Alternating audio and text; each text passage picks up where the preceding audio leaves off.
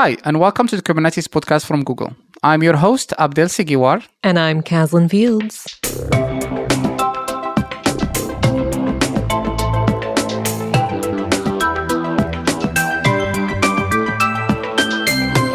In this episode, we speak to William Morgan. William is the CEO of Buoyant, the company behind Linkerd. We talked about Linkerd's architecture and use cases and how a company can balance business and open source. But first, let's get to the news. Red Hat announced the Red Hat Connectivity Link, an implementation of the Gateway API and Project Quadrant to automate connectivity between applications deployed on different platforms. Check out the link in the show notes for more details. The schedule for KubeCon and Cloud Native Con 2025 in London is live.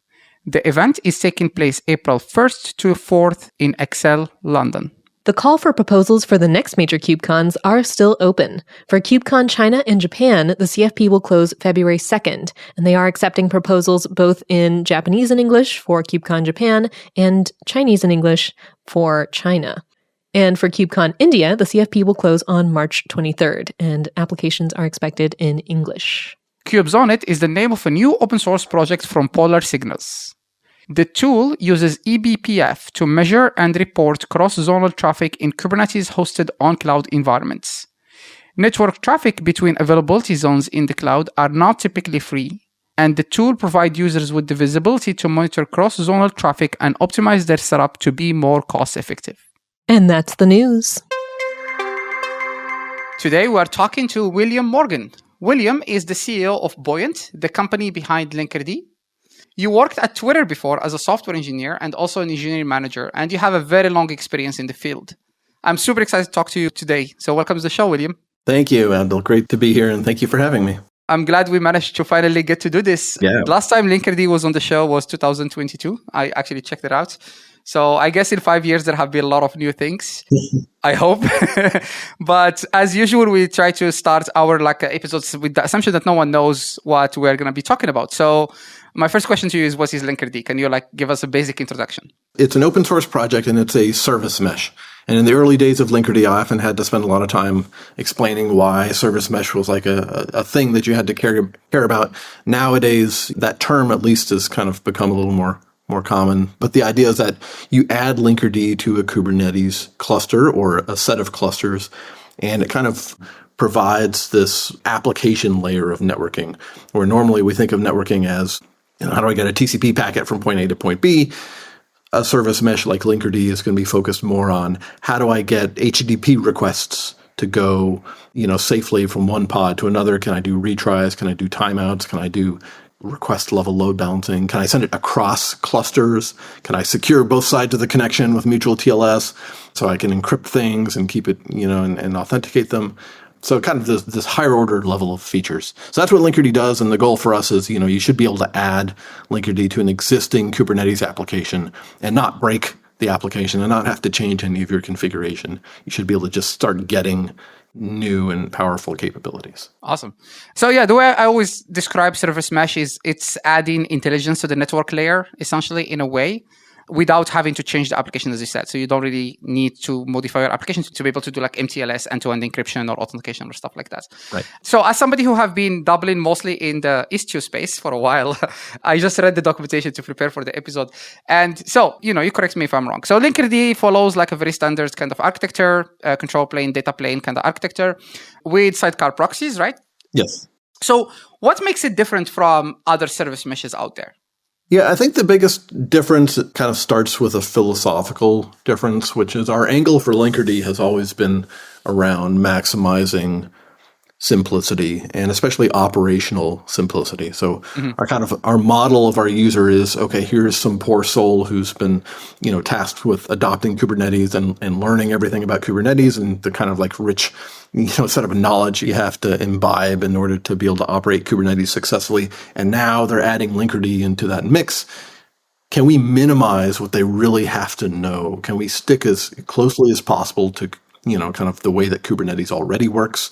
Can we make it so that Linkerd gives you features out of the box by default without having to add config as much as possible? And then when you do have to add config, can we kind of make sure that config scales, sublinearly with like the value you're getting back from it. So that ethos has kind of informed every design choice that we've made in Linkerd. And I think Linkerd's reputation kind of like showcases that philosophy. Like, when people tell us that they love it, it's because, they're like, okay, it's because it's so simple. Mm-hmm. It's because I didn't have to do a bunch of complicated things to make it work. And maybe more importantly, it's because at 3 a.m. when I wake up and like the alarm bells are ringing because I'm an SRE and I'm on call or whatever, I can understand what Linkerd is doing. I can build like a mental model of how it works, mm-hmm. and then I can diagnose and debug it really quickly. And we can talk about how that philosophy kind of turned into specific implementation choices and things like that. And when we talk about like the proxy and stuff like that, we'll get into some of those details. But really that philosophical difference, I think, is the most salient when comparing to other projects. Yeah. So we're going to get into the details. I just wanted to mention very quickly when you said, like, if you are like a poor engineer that is tasked with learning Kubernetes, I think that a lot of people assume that everybody knows Kubernetes very well, and you just have to like jump into Reddit to see like the horrifying fact of how much people are still struggling, right? It's quite interesting for me. I was talking to Kathleen the other day, and I saw a post on Reddit recently about somebody saying, we have apps deployed on Kubernetes, but we have to restart the pods every week because they treat them as VMs essentially. They're like pods, but it's yeah. And it's funny because Kubernetes has been around for 10 years now, and so like we finally, there was always a joke of like, oh, this job posting is like asking for 10 years of Kubernetes experience. Well, now we actually have 10 years. They're all people, yeah. Right? And I've been involved with Kubernetes, or at least Kubernetes adjacent, since 2016. So almost 10 years, yeah. 10 years. But what strikes me is every time I go to KubeCon, and I've gone to almost every, North America and European KubeCon since the early days, there's new people in that audience all the time. Yeah. So I find myself having to explain what Linkerd is, what a service mesh is. I've been doing this, I've been explaining the same thing for like 9 years now, but there's still new people coming to this audience. Yeah. So I think it's a great sign, but you're right. This is still new for a lot of people. It's still new. Yeah. Yeah. And so let's dive a little bit into it. Like looking at the architecture, it does have, from what I could see, like mostly 3 components in the control plane, right? Destination, identity, proxy, injector. Are these like individual pods typically? It's a little messier than that. The destination component actually has, those are 3 pods. The destination component has like 3 containers in it, and the other ones all have 1 container. And like, we've gone back and forth over time, and probably in the future we might change some of those details. Well, there's like a there's like a balance, that you're always striking between. You want to have, a simple deployment. You don't want to have like 100 things there. Yeah. But you also, each of these control plane components kind of has different scaling requirements and different resource consumption requirements as the data plane scales. So you don't also necessarily want to lump them all into one. Like any engineering kind of decision, it's really a set of trade-offs and like where you want to balance yourself across that set of trade-offs. So today, yes, there's 3 basic pods, and then there's like a set of containers inside them. My follow-up question to that was going to be, do you realistically in production see these requiring like different scaling capabilities or different scaling requirements, like with high scale deployments? Oh yeah, no, definitely.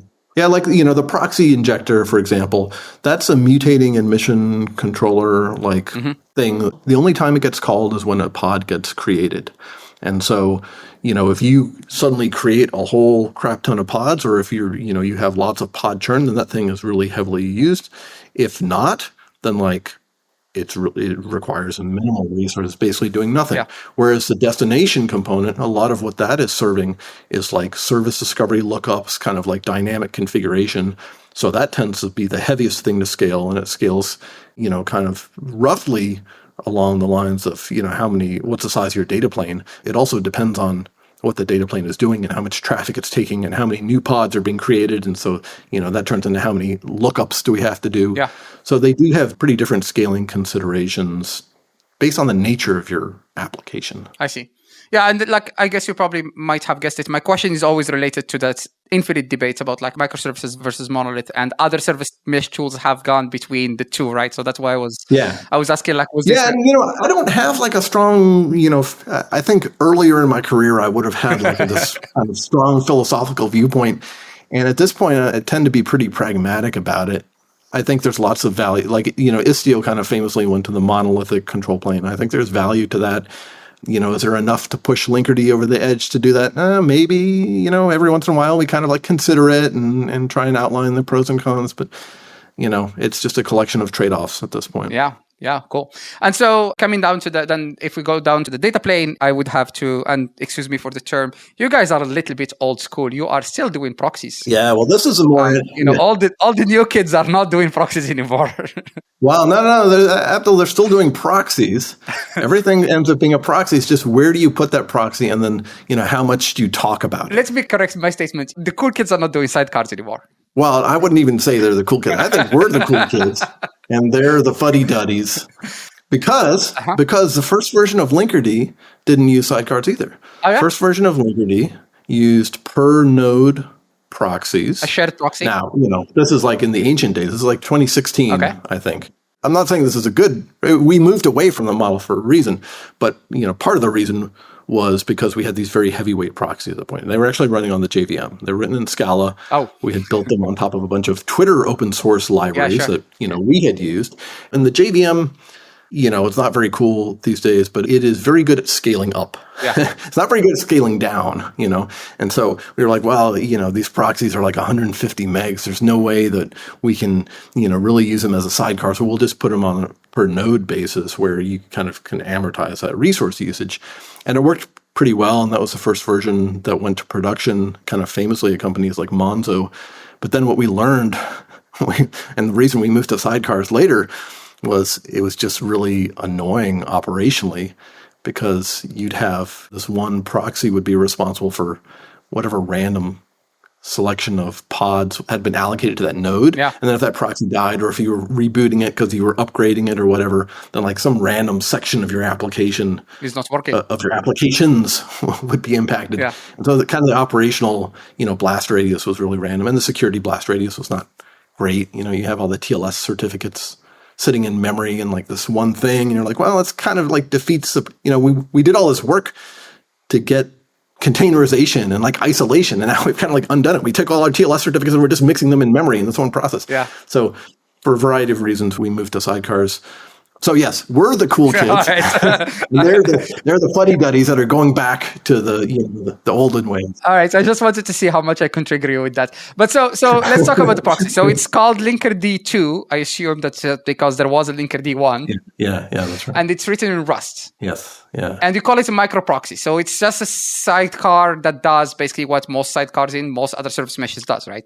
Yeah, that's right. That's right. So what we did, we had that kind of 1.0 architecture based on the JVM and per node proxies. And at some point we were like, this just isn't really serving our users' needs.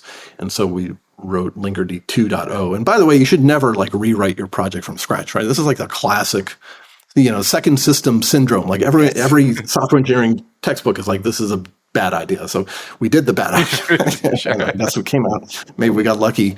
But yeah, and so we said, if we were to do this the right way, what do we think is the most efficient, most effective, especially from the operational and security perspectives? And it ended up with us writing what we're now calling a micro proxy. I don't think we used that term at the time. Written in Rust, that was designed to run as a sidecar. And the reason why we ended up calling it micro proxy is because it's really distinct from something like Envoy or Nginx, which are these kind of general purpose proxies, right? They're like these Swiss Army tool. You can use it for anything. You can front your cluster with it. You can put it against the open internet, or you can treat it as a sidecar, do whatever.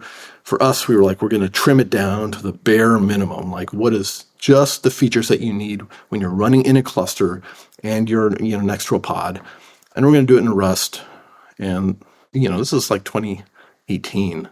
So the choice to use Rust was like pretty scary at that point. Like the language had just solidified. Actually, I don't know, my first version of this Rust might have been pre 1.0 or something. Yeah, it was quite new at the time. The ecosystem was like. Yeah, funny story that I had the opportunity to interview Matt Klein, the person who wrote Envoy. Yeah. And in the interview, it's actually in the show, Matt Klein said if he got the opportunity to rewrite Envoy, he would rewrite it in Rust. Because Envoy is written in C++.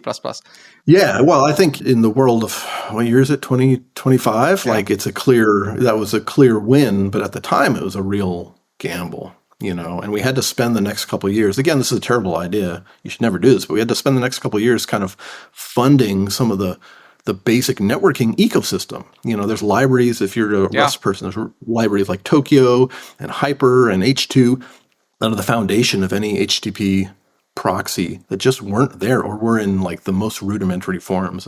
And so we had to like fund that basic development just to get this proxy to the point. Now, 2025, we're like, it was a great idea. Awesome. But gosh, it was a big, big gamble at the time. Yeah, I'm just going to go on a whim and assume you hired a bunch of junior engineers that just had this idea of like, just rewrite everything, right? Because that's every junior engineer dream. That's even worse. It was our most senior engineer. Oh, wow. Okay. Junior engineer, you could be like, well, you can argue. Senior engineer, you're like, well. Sure. All right. So then, okay, back to the point of Envoy. So this was the first time I found out what Linkerd is and your name, because I read the article that is like why Linkerd doesn't use Envoy. And this is back from 2020, right? Yeah. So you touched on it a bit. So Envoy is general purpose proxy. Linkerd 2 proxy is a micro-specific proxy. Mm-hmm. Can you talk a little bit more about like why not just use something that exists? Like that might have been easier.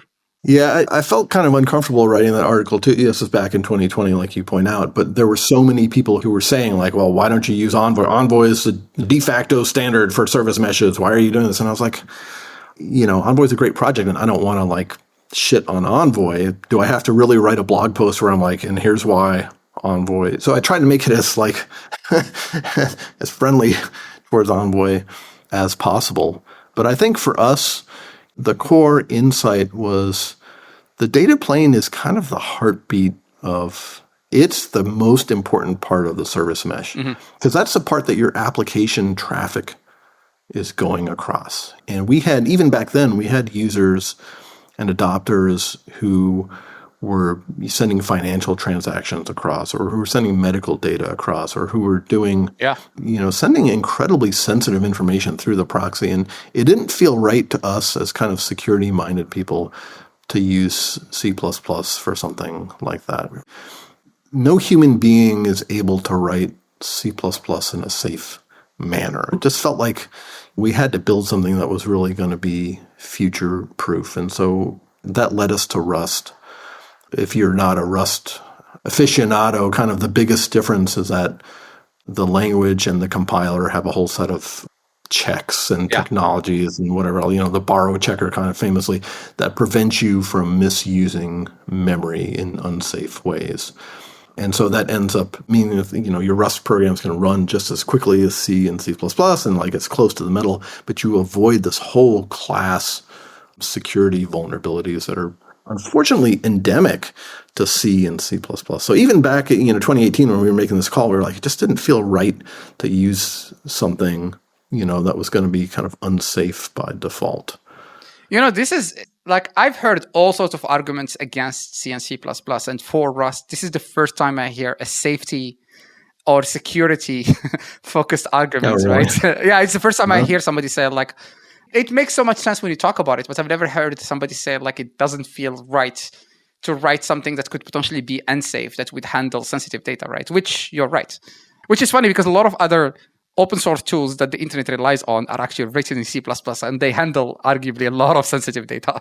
No, and there are ways of making those programs become secure over time. Of course, hopefully through discovery, through humans spending a lot of time and energy on it. It just didn't, that's like not the future of software. Even in 2018, we were like, that can't be the future of software. Yeah, sure. And so I'm going to bring you back a little bit before 2018. The Linkerd have been around since 2016. So that's almost as old as Kubernetes itself. What have you seen change in the way people use it or adopt it over the years? Gosh, there's been so much evolution in this space. There's the obvious stuff where it's like, okay, well, we had to like justify why Linkerd existed for a long time. And now like we kind of have more interesting conversations than just that. We had to do a lot of work in the early days to distinguish the different types of proxies, because everyone at that point was very familiar with proxies, right? You put your Nginx was around, Apache was there. You put your proxy in between your application and the internet, and like that's a proxy. And we were saying, well, actually you need like 10,000 proxies and you should put one in every pod. And people are like, oh, that's crazy. Like I can't imagine running 10,000 Apaches, my cluster, they all require so much tuning and feeding. We're like, well, no, we're like, this is a different thing, and you're not going to have to become a proxy tuning expert. But it just took a long time, I think, for people to come to terms with the fact that because Kubernetes was like this building block that we could build on top of, a lot of the stuff that seemed kind of crazy to say at that point, hey, we want you to deploy 10,000 proxies, actually became pretty practical. Like that was one command. Yeah. Right? Like we had tools like the proxy injector, like mutating webhook and mission controllers and things like that, where you actually could kind of do this. We had containers. So part of it was just up-leveling people's expectations of what was reasonable for a piece of software to do. One thing that's been really interesting for me, I think, has been watching how Kubernetes adoption patterns have changed, because that's everyone who's using Linkerd is using it with Kubernetes. So we kind of like get exposed to how they're doing it. Yeah.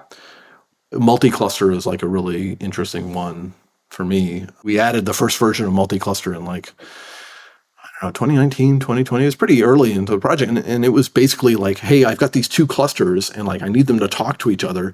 So how do I do that safely and securely and without like the application having to know about the cluster topology? So we built these features to do that, which was really cool. Yeah. But the use case then was like kind of ad hoc. It was like, I had this one cluster from this one team, and this other team came up with their Kubernetes cluster, and now we have to kind of like piece them together. Yeah. What we're seeing now is like a very different type of usage where people are out of the box are like, okay, we're going to deploy 200 clusters and we need them all, or 1,000 clusters. You're like, okay, well now there's a set of multi-cluster features that actually are very different. Like it's like this planned adoption versus ad hoc adoption. So you just see things like that in the way that people are adopting Kubernetes that end up influencing the Linkerd roadmap. Like we added this feature recently called federated services. This was in 2.17, which is the latest release, where you can basically treat, if you have the same service deployed across 200 clusters, you can treat it as one logical service. And you can have your, you're talking to that service. Well, we'll just load balance across all of those endpoints. And if a cluster's down, or if one pod is down, or if 5 clusters are down, or if there's a network, it doesn't matter. We'll just load balance across it. And that would have been crazy 5 years ago, but now it's a pretty common use case. As somebody who have been doing service mesh implementations, doing multi-cluster have been ad hoc, as you said, but now it's kind of becoming the norm, more or less, mostly for high availability, right? So people want to reduce the blast radius, or just for, you deploy clusters across multiple regions in a cloud environment so you can get access to resources that you cannot get access to one particular region or latency or whatever, right? Yeah. So those multi-cluster use cases are kind of becoming part of the discussion now. They're not like, you're not going to look crazy if you say I'm doing multi-cluster now. No, and kind of related to that, it seemed like in the early days, there's a big focus on kind of these large multi-tenant clusters. And so we tried in the very first early days of Linkerd to make it so you could install Linkerd in like just one part of the cluster, one namespace, and like you could have, if you didn't have cluster admin privileges, maybe you could just install it in like one namespace and have it as one tenant. It has a mesh, and like that ran into friction pretty quickly. But the pressure to do that has also vanished. I think people that was kind of like the Mesos kind of approach to the world, which is where I cut my teeth at Twitter on distributed systems. It was like one giant cluster multi-tenant. Now people are gravitating towards lots and lots of small clusters, Kubernetes clusters that are smaller, that are often single tenant. Yeah. And Linkerd, like just from reading the documentation, Linkerd sounds like the philosophy is also following this like minimalistic approach, right? Like out of the box, you get the minimal, and by minimal, I don't really mean minimal in a bad way, but like the minimal amount of features available out of the box. Yeah. And then if you need stuff, you have to install them later, right? Is that like a fair way to describe it? Yeah, like reduce the config burden as much as possible and give you as much. Yeah, and so that's like comes through plugin and comes through like a bunch of other ways. And so speaking of this topic of minimum, because I wrote, so this is I'm gonna like churn my own horn a little bit here. I wrote an article a while ago, which was why you shouldn't, or I did a talk and an article called "You Probably Don't Need a Service Mesh." Right? Oh no! And it was basically, how could you say that? My life's work here. I am happy you don't know about it because some other people found it and they were not very happy. Like my whole point about that content was to try to tell people like you shouldn't adopt a service mesh without understanding what you are doing. Right? It was an argument about blind adoption, and my typical joke when I do this particular talk, when I did it in the past, was to tell people, I want to tell you why you shouldn't adopt a service mesh just because your security person read an article about MTLS and came to you and said, we need MTLS, therefore we need a service mesh. Do you see my point? Like that's like blind adoption of technology without understanding like what it does, right? Yeah. So then this long introduction to go to my question, like where do you see a service mesh today in the cloud native architecture in general? Do we need it? Do we require it? Is it optional? Like, where do you see kind of like that debate settling, if it will settle? Yeah, well, first I think you're absolutely right. Blind adoption by definition is like not what you want to do. And it's funny because I think that, I love the cloud native community. It's a community of people who love learning and who love new stuff and who love trying stuff. And I think that's largely a positive thing. I think it does have a consequence where like there is a lot of, kind of excited adoption of something that maybe you don't really need because it sounds cool and it feels cool. And we certainly felt that in the early days of Linkerd. Linkerd is no longer cool. So like we see a lot less of that now. It's like they've all gone off to eBPF or whatever, like, WASM, whatever the new cool thing is. But I think that's almost a part of this community. It's just like this excited adoption of something that, maybe you don't actually need. Yeah. Is service mesh required? Yeah, this is a little self-serving, but I think we're getting to the point where it kind of is for non-trivial deployments. Obviously, if you have a cluster that's like your home cluster, or you just have one cluster and you don't have requirements around encryption of data in transit or anything like that, you don't need it. But if we're in the case of like, I've got 200 clusters and like they're going to have to communicate with each other, you kind of need a plan for that. You need a plan for providing that platform in a way that the developers are not exposed to the cluster topology and they're not like hardwiring in these, these like things like cluster names or whatever into the code. Yeah. So one way or another, you need to solve that. And anything that the service mesh can, like any software, anything that the service mesh can provide, you could solve in another way, right? Like you could solve in the application layer. Of course. Even TLS, have your applications do it. It's like horrible, but you could do it. But I think the reason why Kubernetes is so powerful, one of the reasons why it's so powerful is because it fits into this model where like we're building a platform for our developers, right? Like we're kind of the service organization. We're the platform team. The devs are our customers. And in that world, you want to provide them with a bunch of capabilities without requiring them to write a whole bunch of platform specific code. And I think this, Linkerd fits right into that, whether it's multi-cluster, whether it's TLS, or whether it's something else. That's part of why our focus has been so much on like, how do we provide these features to you without you having to change code? Yeah. Right. Because changing code, like it's not even you who's changing code. It's not the platform owner who's changing code. You'd have to ask the developers to change code. That's like the hardest conversation to have, Yes.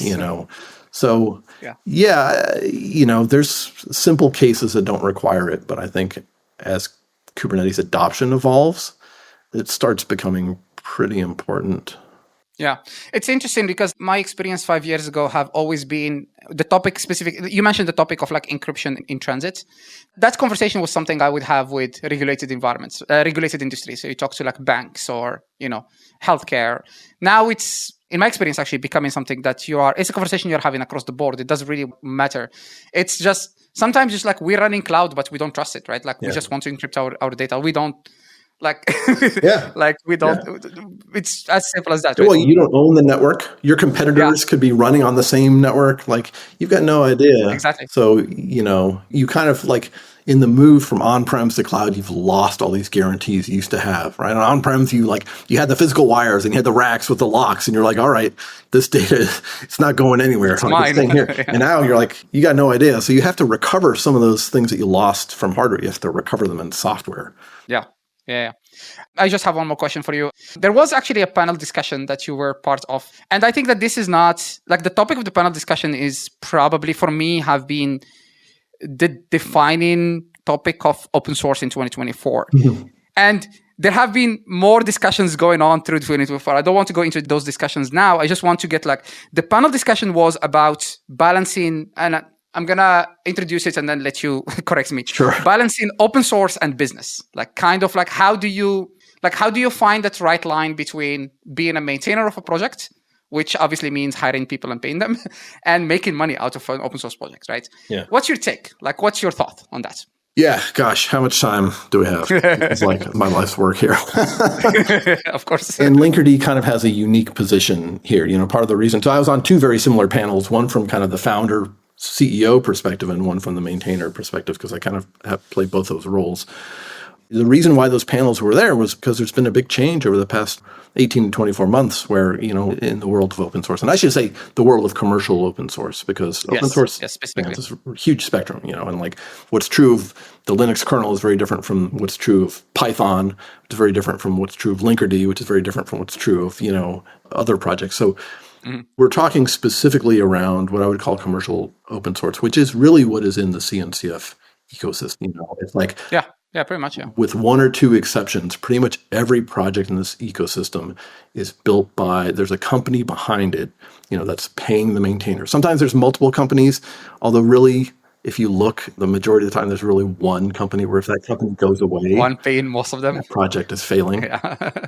Yeah. And there's this big change. So, okay, we're in that ecosystem, and then there's a big change that's happened where 2 years ago, we were in what we call the ZIRP world, right? Zero interest rate policy. Money was free. VC money was flowing. Everyone's like, grow, grow, grow, grow, grow. Hey, you're a startup that's making an open source project. Like, I want to see your adoption numbers. And like, if you get bigger adoption numbers, then you'll get more funding. And that was everyone's focus. And then the economy changed. It contracted. VC money dried up. And suddenly, a lot of projects and a lot of companies behind them were left in a situation where they don't have a functioning company and they have this open source project with a lot of adopters and they're like, I don't know what to do here. So that's scary. That's really scary from the CNCF ecosystem perspective. And we saw signs of that. We saw Weaveworks shutting down. Yeah. That was crazy, right? The creators of GitOps. That's kind of a pillar of the community. Gone. What happens to Flux? Well, for a while we didn't know, and then luckily Flux found a home, but like Flux could have disappeared easily. Yeah. We saw projects like Redis, change licenses, and others change licenses. Like suddenly all this stuff is going down. And I think if you're an adopter of one of these projects, or you're in the ecosystem and you're relying on Kubernetes and Linkerd and Flux and like some of the other projects, you're probably being like, holy crap, like what's going to happen? Because I built my company on these projects and now suddenly, a lot of them are having trouble. So I was on this panel, it's kind of like we explore these issues. There's one approach which is to say, you know what, we don't want those projects. Forget those corporate OSS projects. We only care about, let's have projects that are like true multi-vendor, like Kubernetes and arguably like Envoy. That's the only type of project that should be in the CNCF. And all the other projects should just die. That's one approach. Obviously, I don't like that one because I don't want to die. And the other approach, which is the one that I was kind of advocating for in these panels, is like, hey, let's be really honest and upfront about what these things are doing. Like, let's not pretend anymore that like, hey, this is all one community of altruistic people coming together in harmony. Like, let's be upfront about the fact that pretty much everyone in these conferences or using these projects is doing it for money, right? You're pulling this project in because your company is trying to build a business on top of it, or you're working for a vendor as an open source maintainer because, you're trying to like build your business. Everyone is in here for money. So let's be upfront about it. Let's not make it this shameful thing where like, oh, the vendors, they're off in the hall over there. We keep them over there. And like, you only go in there if you want socks. And the rest of the time we're talking about this pure open source community. That's not really what's happening here. And, the reason I was on this panel is because Linkerd went through this, through this process. And like in February almost a year ago, February of last year, we made a change that kind of profoundly improved our ability to provide Linkerd to users, but it was a controversial one at the time. So I was there kind of talking about how that worked. Yeah. It's definitely an interesting thing to notice I work for a vendor, but I'm obviously not very involved in the commercial side of things. So. Don't be ashamed. Everyone here works for a vendor. Yes. But what I mean is that like I don't have a skin in the game in terms of like, well, I do in the sense that like if Kubernetes is not making money, I don't have a job. Exactly. The point here is that like I don't have the decision that like the magic wand that can allow me to like wave it and make a decision. But there was one thing that I saw that you wrote. I don't remember where exactly. It like resonated with me so much because I am coming from the open source world of that perfect world. Like we are all friends and everybody's happy and, like we're all just like kind of happy friends with each other. And then there was that change that was happening in February, which was like, doing open source does not necessarily mean providing everything out of the box working. Right? Like we're all spoiled in open source. Basically, everybody just assumes you can have access to everything available all the time. And it was kind of like a wake-up call. And I find it interesting, right? Like I find interesting the discussion that's been happening. And I think that that's going to carry on through 2025 and beyond, right? Yeah, I hope so. I mean, I certainly had a lot of maintainers of other projects reach out to me when we made that announcement and say, hey, let me know how that works because we're in a similar situation and like we have to figure out what to do. Yeah. And so I was very happy in like 7 or 8 months after we made that change, I was able to go out and write a blog post where I was like, hey, the thing we did, and what we did was, we didn't have to change a license because I was really trying to avoid that. We just changed the way that we were providing stable release artifacts. Yeah. Well, we basically said we're not going to provide open source stable release artifacts. We're going to provide the weekly release artifacts. And if you want something that's called stable that has semantic versioning guarantees, then you need to figure out how to get your company to pay for it. Yeah. And we did it in a nice way. If your company is fewer than 50 employees and like just use it for free, that's fine. But if you're a big company and you're building a business on top of Linkerd, we said basically, and you're treating it as like this consumer, as like a consumer, then you got to figure out a way to pay for it. To pay for it. Yeah. And like you got to find a way to fund this project because like these maintainers are paid maintainers. And I think you want that. Yeah. As a Linkerd adopter, you want this project to be around. You want the maintainers to be like swimming in money and like just producing features without a fear in the world. Like that's good for you, and it's good for them. But yeah, in October, I was able to write a blog post where I was like, hey, it worked. The company behind Linkerd, Buoyant, is profitable. We're adding more maintainers to the project. Like we've kind of found this way of making Linkerd a truly long-term project. We've been around for almost 10 years. Why can't we be around for another 90 years? Like, what do we have, Yeah. And I was very fortunate to be able to write that. And I feel very happy about that because not every project, I think, is going to be able to make that transition. But I wanted to do it in a really upfront and honest way and say, look, there is a company behind Linkerd. We have to make money for Linkerd to survive. So this is how we're going to do that. Yeah, open source costs money. That's something that people don't realize. Well, William, that was a fantastic conversation. I certainly learned a lot, so thank you for your time. Oh, absolutely. Thank you. I learned a lot too. And yeah, I hope we'll be able to talk again in 5 years from now when Linkerd announces Linkerd 3 proxy. Yeah. Oh boy. I hope not. Let's talk sooner than that, but without hitting the 3.0 milestone. It sounds good. Thank you very much, William. All right. Thanks, Abdel. Great talking to you. Thank you very much, Abdel, for that interview with William Morgan of Buoyant, talking about Linkerd. This is one that we've been talking about for a while. Linkerd is a significant project in the CNCF ecosystem. And so it's been doing some really interesting technical things. And I loved the conversation about open source and business. So thank you for doing that, Abdel. Yeah, it technically graduated to the CNCF before Istio. So it have been around for a very long time as a service mesh tool, right? I mean, Istio took a while to become part of the CNCF. And then once it did, I think it was already graduated when it joined, or was it incubating? It jumped some steps. Yeah. Yeah, it took like a fast track. Yeah. But yeah, Linkerd it was on our mind for a while. I've been wanting to talk to somebody about it. Last time it was on the show was 2020. So it's been a while. So it's good to catch up and kind of figure out what's new. Especially now that it's graduated. And yeah. I think early in the conversation, Yul, we're talking about where service meshes fall in today's world. I remember some meetups that I spoke at when I was trying to explain the concept of service meshes early on. And I was trying to come up with an analogy for it, and a net and the mesh and networking. And I ended up describing service meshes as the things that Kubernetes doesn't do that you're you start using it and you're like, oh, I really need those. Service mesh just provides a bunch of those. That's one way of looking at it, certainly, yeah. It's basically a lot of features that you don't have in native Kubernetes that if you want... Which don't make sense in native Kubernetes, really. Which, you're right, yeah. Yeah, they're application-focused. Correct. Or they are sometimes platform-specific, right? Yeah. Therefore, meshing your services together. I mean, before we go into the mesh discussion, a very simple example would be encryption, end-to-end encryption. There are multiple ways you could do end-to-end encryption between pods. I have let myself get stuck in the trap, though, of letting myself describe service meshes through that. And it's that's such a clear example that it's easy to be this is a thing that service meshes do, and then not explain any of the other things service meshes I agree with you, except that the thing with this particular example is that on the surface, encryption between pods is an easy thing to understand as a use case, right? But the implementation could vary depending how do you want to do it, right? That's true. There are like multiple ways of implementing it. So Kubernetes trying to be this platform agnostic tool, it would be very hard to say, oh, we're going to do it this way, because then it would not be platform agnostic. It would be more opinionated, right? So although technically all service meshes kind of use MTLS, and that's kind of an interesting way of that's an interesting thing where all of them converge toward a single way of doing encryption, because there are certainly other ways. Like you could use WireGuard, you could use VPN, you could use like other tools, but it's just an example, right? So yeah, with the prominence of MTLS, I hadn't even thought about the point that you could do other forms of encryption. So even if you were just looking for a service mesh for that one aspect of meshing your services together, there is variety that is caused by the distributed system that is Kubernetes. And so service meshes could be useful in that way.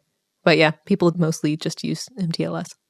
Yeah, that's kind of my pet peeve with, well, it used to be my pet peeve a few years ago when I wrote my article, you probably don't need a service mesh, which was that coming out of that like couple of years of working with people that just like use it for the MTLS part, which most of the time I was like, yeah, but there are other things you can do with this thing, right? So, yeah. Invitation to those listening out there to interact with us.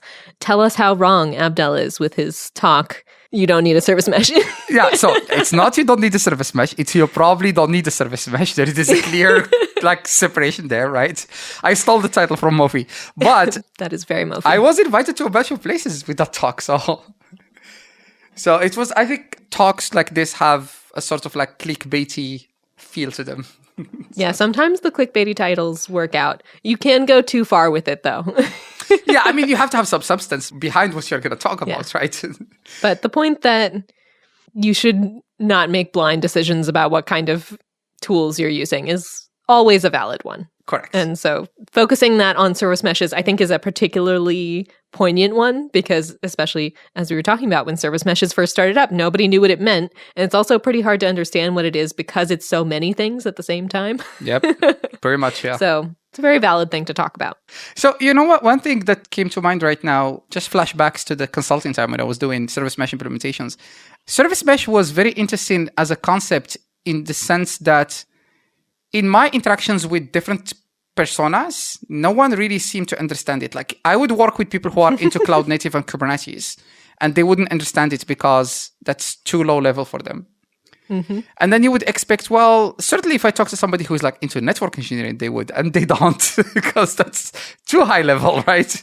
And so it was always this like, just like floating thing that no one really knows what it does. It's just like, oh, it's like a layer. It's like, yeah, but where? Which layer? What are we talking about? It's super handy for certain things if you know what it's handy for and need those things. But you both have to know what you need and that it does that. Pretty much, yes. These are two difficult things to figure out. Yeah, and it's certainly coming from companies of the scale of Google where they need like something that works at high scale, hide the implementation details. I'm not saying that the idea came from Google, but the companies like Google, right?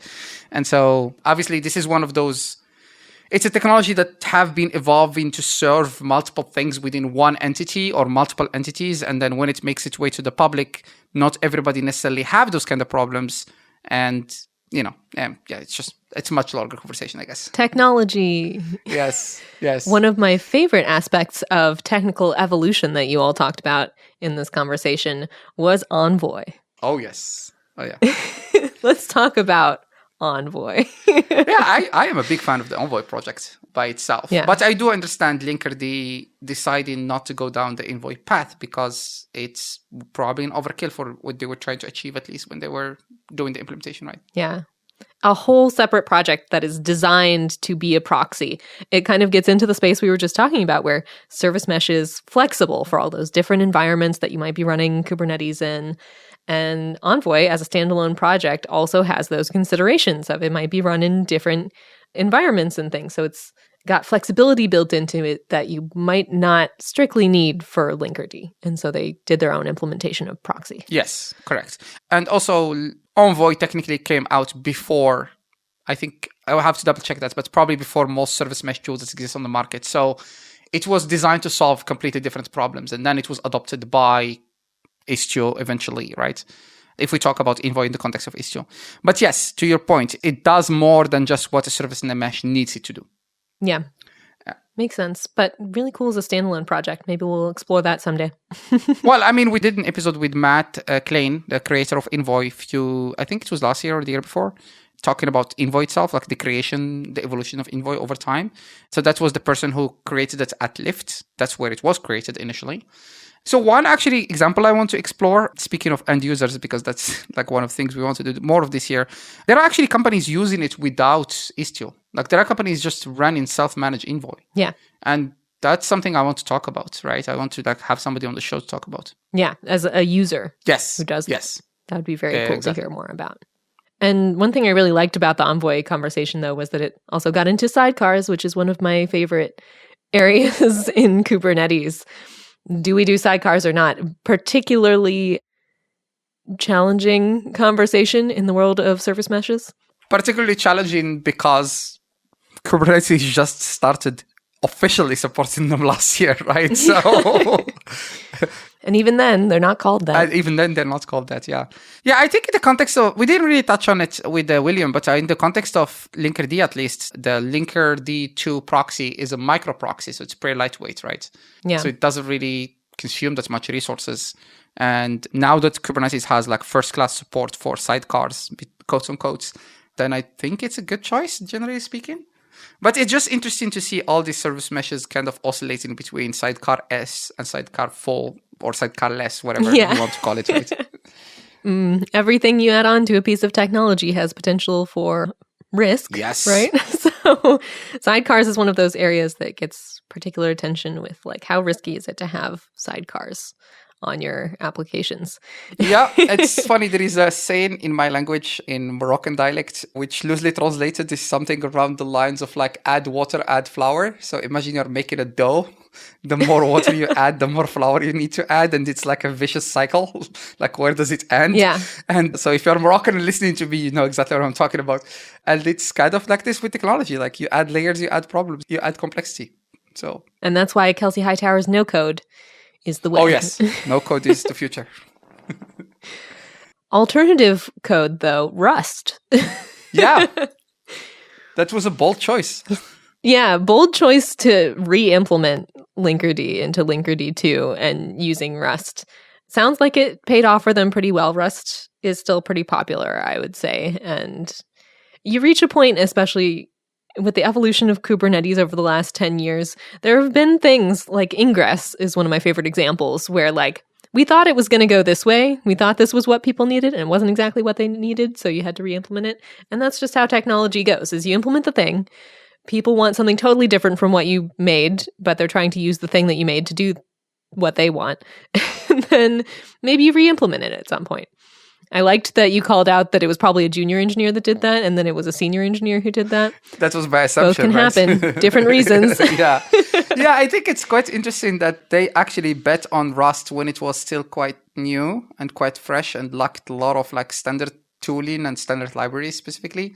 So it was quite interesting. I think my joke about junior engineers is basically junior engineers want to re-implement everything, right? So that was the joke. Yes, because you start learning something as a junior engineer and you're like, why is this thing so terrible? We should make a better version of it. And then you become a senior engineer by trying to re-implement that thing and learning that they had reasons that they did that. That's the life cycle of software engineer, I guess. Yeah. Yeah. And one of my favorite parts of the conversation, as I already mentioned, was about open source and business. Oh, yeah. That is something that's come up a couple of times. We did that episode about OpenTofu and the awkward position of open source and business these days. Yeah, and specifically that they have made some changes in the way they distributed artifacts last year, which a lot of people were not happy about. And I'm glad that I managed to get to discuss that with William, because getting to understand his side of things is also interesting, right? Or, I mean, his company's side of things, right? I liked the way he described it. Yeah. Yeah. Yeah, I think it was well said in, like open source costs money. You need people to build and maintain this stuff, right? Constant conversation that's happening in open source among maintainers. It's like, we need more help. who's going to help us? Who's going to pay for it? Yeah, who's going to pay for that? Especially, that's one of my favorite parts of the long-term support conversation that's going on in open source, because all the businesses offering Kubernetes want to offer long-term support because none of their customers want to upgrade, which is understandable because upgrading is pain and suffering. It's also critically important. And so all the businesses want to offer long-term support now because it's just so hard for businesses to be able to upgrade on the kind of cadence that Kubernetes releases on. But realistically, the longer you make the support window for open source Kubernetes, the more money that open source Kubernetes needs to burn. Yeah. Actually doing the testing of those for every release cycle. So it makes the costs for the project go up astronomically very fast. And we're already operating as best we can with the budget that we have. So in open source, it's like, who's going to pay for that? Yeah. That money has to come from somewhere, right? Somebody have to pay for it. Yep. And I liked his perspective about, as a business, how do you do open source as part of your business? And like how it was before is not how it is now. Yes. Yeah, definitely. I mean, they could have gone a different way and changed licenses like a lot of other companies did. So I guess we're going to probably just see more of those going forward, like companies changing positions. And by position, it could be anything from licensing to the way they distribute their software. Because somehow somebody have to pay for that software being shipped and delivered and distributed to the end user. So yeah, we'll see. It's going to be interesting. And as an end user, if you had the choice between paying for software that is closed source with support and all of that versus paying for software that is open source, where you can see the code and the work that's being done on it in real time, but also get support on it, which one of those do you want? I mean, we're obviously biased because we're going to go with the second choice. We're biased. But it's an interesting conversation. Yeah. And I'm sure we'll talk about it more as we go through the year in 2025. Happy New Year, by the way, Abdel, here at the very end. Yeah, Happy New Year. I think we already said that, but Happy New Year. Yes, thank you. Yeah. More Happy New Year. I'm excited for what we're going to be doing in 2025. Yeah, you have seen the emails. I have spent most of my last week just like reaching out to people. There's a lot of exciting things coming. Whereas I've spent most of the last couple of weeks working on the report. Looking forward to more information about how we did in 2024 soon. Check us out on social media. Yeah. So thank you very much, Abdel. Glad that we got to talk about Linkerd. And I'll see you next time. That brings us to the end of another episode. If you enjoyed this show, please help us spread the word and tell a friend.